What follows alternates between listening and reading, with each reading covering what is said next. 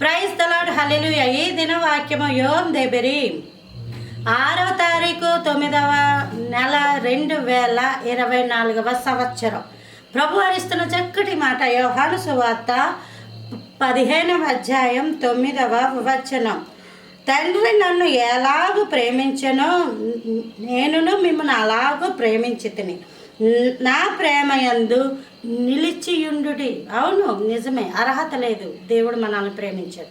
ఎలా ప్రేమించాడట? తండ్రి కుమారుణ్ణి ఎలా ప్రేమిస్తాడో, తండ్రి కుమారుణ్ణి ఎలా ప్రేమిస్తాడో, తండ్రి కుమార్తెను ఎలా ప్రేమిస్తాడో, అలాగే ఒక తల్లి కుమారుణ్ణి ఎలా ప్రేమిస్తుందో, ఓ తల్లి కుమార్తెను ఎలా ప్రేమిస్తుందో, అలాగే సేమ్ యాస్టీజ్. ఇంకా ఆయన ప్రేమలో అయితే లోపం అన్నది లేదు.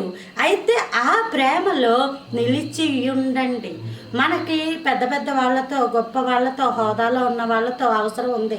అప్పుడేమంటారు, నువ్వు ఇక్కడికి రా మాట్లాడదాం అంటారు. అప్పుడు అక్కడికి వెళ్ళి అక్కడ మనం నించొని ఉండాలి. ఒక హాస్పిటల్కి వెళ్తే అలాగేనమ్మా ఇక్కడికి రండి అంటారు. అక్కడికి వెళ్ళి డాక్టర్ ముందు నిలిచి ఉండాలి. అంటే అర్థం ఏంటంటే, నీవు దేవుని ప్రేమ పొందుకోవాలంటే దేవుల్లో నిలిచి ఉండాలి. నువ్వు వెళ్ళి సాతానులో నించొని, చీకటిలో నించొని, లోకంలో నించొని, ఎక్కడెక్కడో నిలవకూడని ప్రాంతాల్లో నించొని దేవా ప్రేమించు అంటే అలా కాదు. నువ్వు దేవుని దగ్గరికి రా. దేవుడు వండు అన్న స్థానంలో ఉండు. దేవుడు కన్ను దృష్టి నీ మీద పడే విధంగా ఉండు. నువ్వు దేవుని ప్రేమలో నిలిచి ఉంటే దేవుడు నిన్ను ప్రేమిస్తాడు. నువ్వు నిలిచి ఉండకుండా ఎక్కడో ఉండి ప్రేమించమని అడిగితే దేవుడు నిన్ను ప్రేమిస్తాడు. కానీ ఆ ప్రేమ నీకు అర్థం కాదు.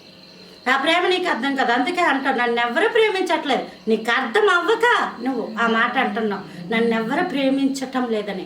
కానీ దేవుడు నిన్ను ప్రేమిస్తున్నాడు. ఈ ప్రేమను హెబ్రూలో ఆహాబ్ అని అంటారు, గ్రీకులో అగాపే అని అంటారు. Praise the lord.